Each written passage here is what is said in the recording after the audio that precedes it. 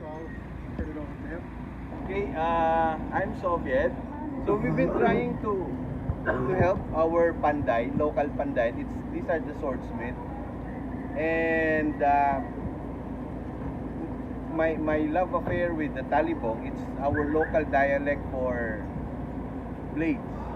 Started when my father started to have his own collection. Then few years after that, when I have already earning enough to have my own collections, there were just a handful of blacksmiths that were left. With Ray, we started the Talibong Festival 5 years ago. It is actually a competition among blade makers, and it is done every April of the year, which also coincides with the Aklan Foundation, the foundation of the province, together with our piña fiber or the piña cloth.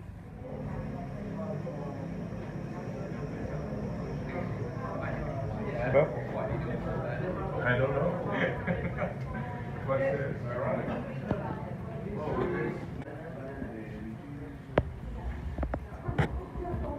Is known for Aklan province is known for not just Boracay, but with the piña fiber, wherein indigenous piña leaves are turned into cloth. It's our barong Tagalog are normally made of piña cloth.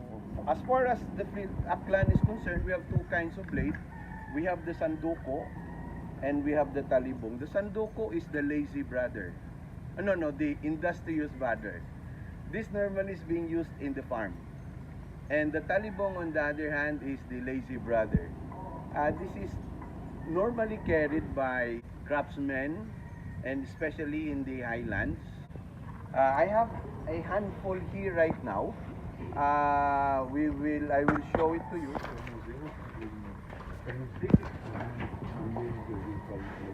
Since these are hand carved using indigenous materials, this is the water buffalo horn. This is the tip of the horn, and this is the base of the head. So it has, the older the buffalo, the more solid it is. So if you're going to unsheath our blades, don't hold it like that, because sometimes the sharp edge comes out of the handle. So if you're going to unsheath it, you hold it like that. This is the bakutan for Aklan. So these are quite sharp, but not as sharp as that of the samurai, I guess. This is the bakutan. It looks like the tip looks like a beak. It has a straight back with a little slight cut at the edge, at the tip. The kinampit has also a straight back with a sharp cut at the tip of the blade. The sheath here is normally ornamented with old coins, and the handle here is called binangag. It resembles the beetle horn. You will see that kind of black beetle with a horn, and makes the hissing sound. It's the beetle horn, and this is called binangag.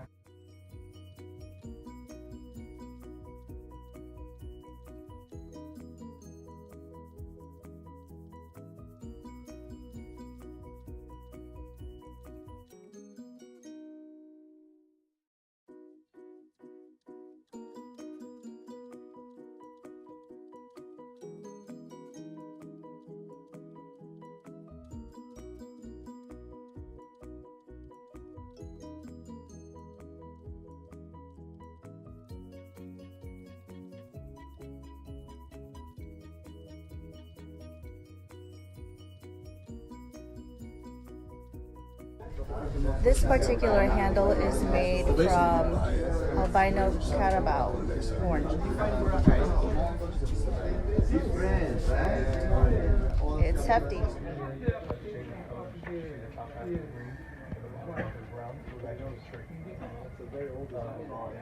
Yes. The first place we go, my goodness. And now but the problem now is only a handful of water buffalo horns. These are more art. That's true.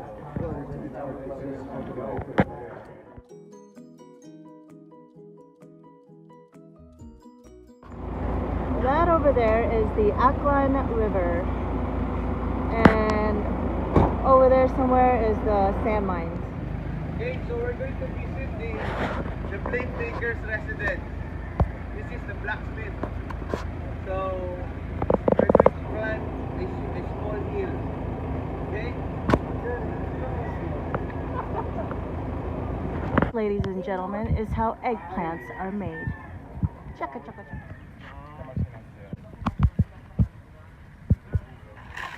Welcome to the jungle. Oh my god, that's gross. We are walking through the jungle on mud and muck. Good times. I am so happy I wore my sneakers and not my flip-flops.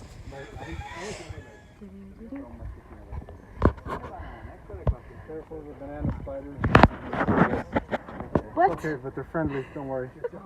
Thanks, Tukan. Don't feed the cobras. Stop by, Masha. You were here, you brought friends with you now. Yeah. More friends. Yeah. Check this out. Look how step by step by step.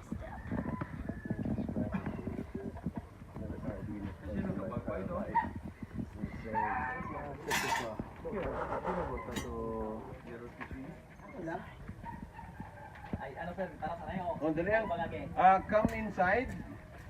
Our guest, Smith is Jovet Merano. For the last 4 years, his blades were actually judged as first, second, or third. Because many actually prefer his work because the balance is good and ano nga nila subo sa English? Ray, what do you call subo in English? Typical pandayan or bladesmith in Aklan. I'm just lucky that the bladesmith that we have here is a young one. Only a few actually are into this particular trade. They are actually they prefer to use the coconut shell instead of wood because of the heat. It's more hot compared to by using wood. Sino mong lip spring? Mulyi? At mulyi patang wakiwa. This is the raw material that they use. This is, as what I have mentioned earlier, this is the leaf spring that serves as a shock absorber for big trucks. And they will fashion it, they will cut it based on the kind of blade that they would be using. So this is their pandayan, and he will be assisted by his brothers and nephews. So again, pakita man ako it bakutan linamay. We start with this. This is the linamay. It has a straight back with a tummy or a belly. The next is, this is the traditional blades for Aklan. Then the next is the bakutan. It has a sharp, a slight cut. It resembles the beak of a bird. And kinampit has a sharp cut, an acute cut like that. Okay, that's kinampit. Okay, and we're going to ano to brown makaron. Okay, the first is they will cut the leaf spring.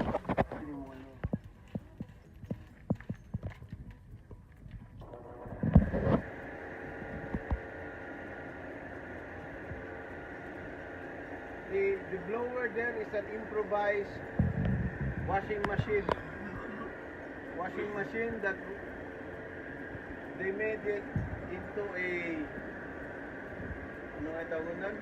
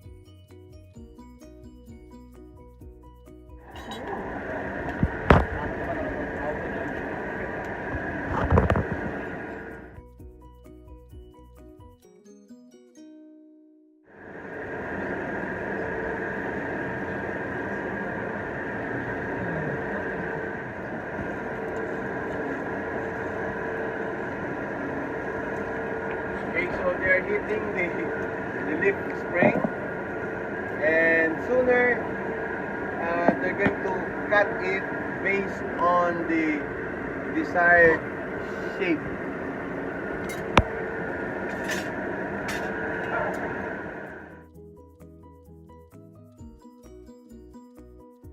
And this will actually cut the lift spring into two parts.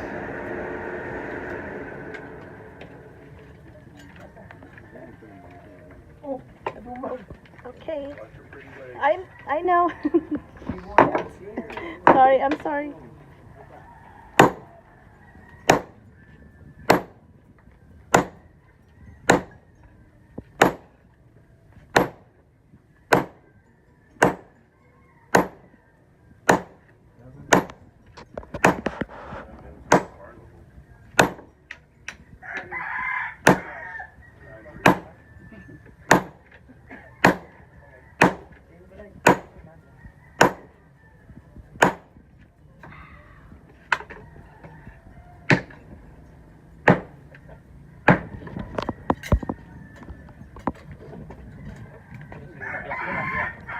And this will actually cut the lift spring into two parts.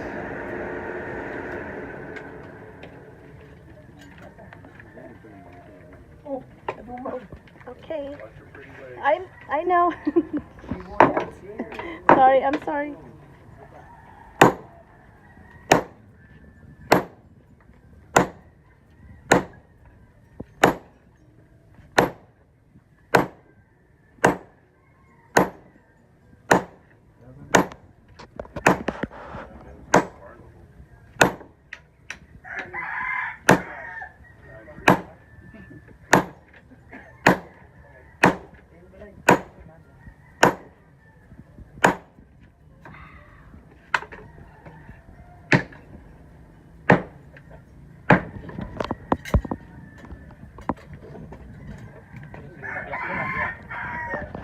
And he will do the same thing on the other side.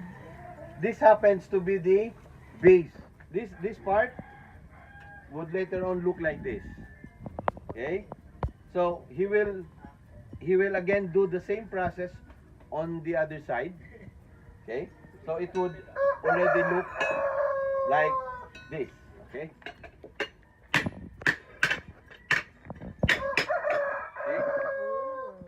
After separating the two, he will now work on this particular steel blade.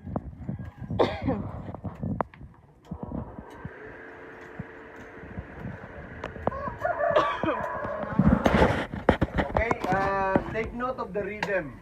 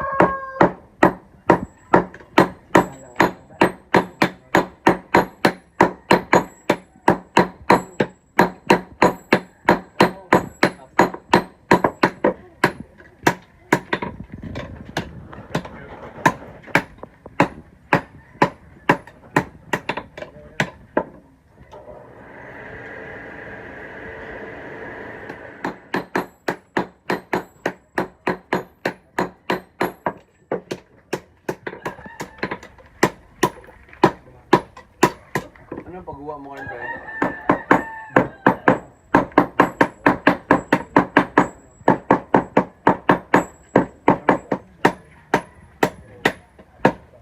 Okay, what you're now seeing is actually it will serve as the tongue. That part there is.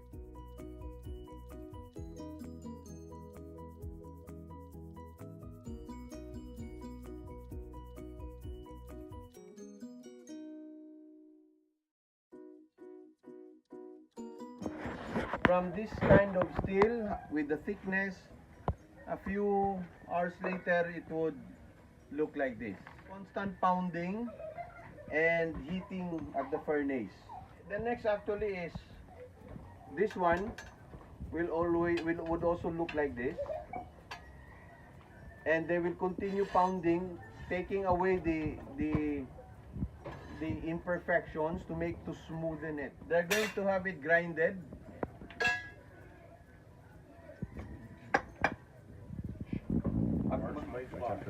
Metal sparks.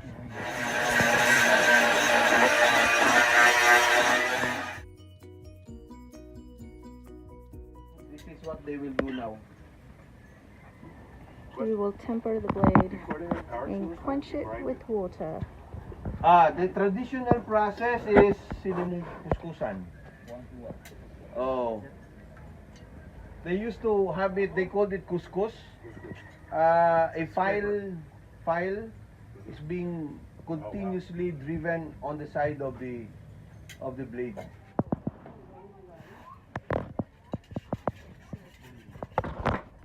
Makita ano suko pre? Ituro mo ang suko.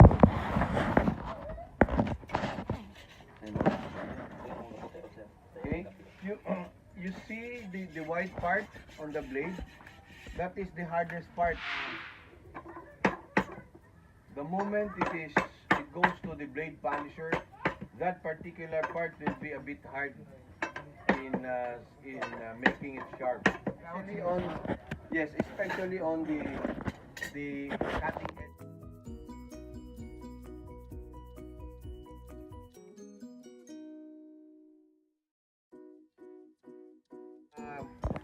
Carvers that we have, his blade actually won first place last year. It was the metal blade was from his cousin Jobit, and he's the carver.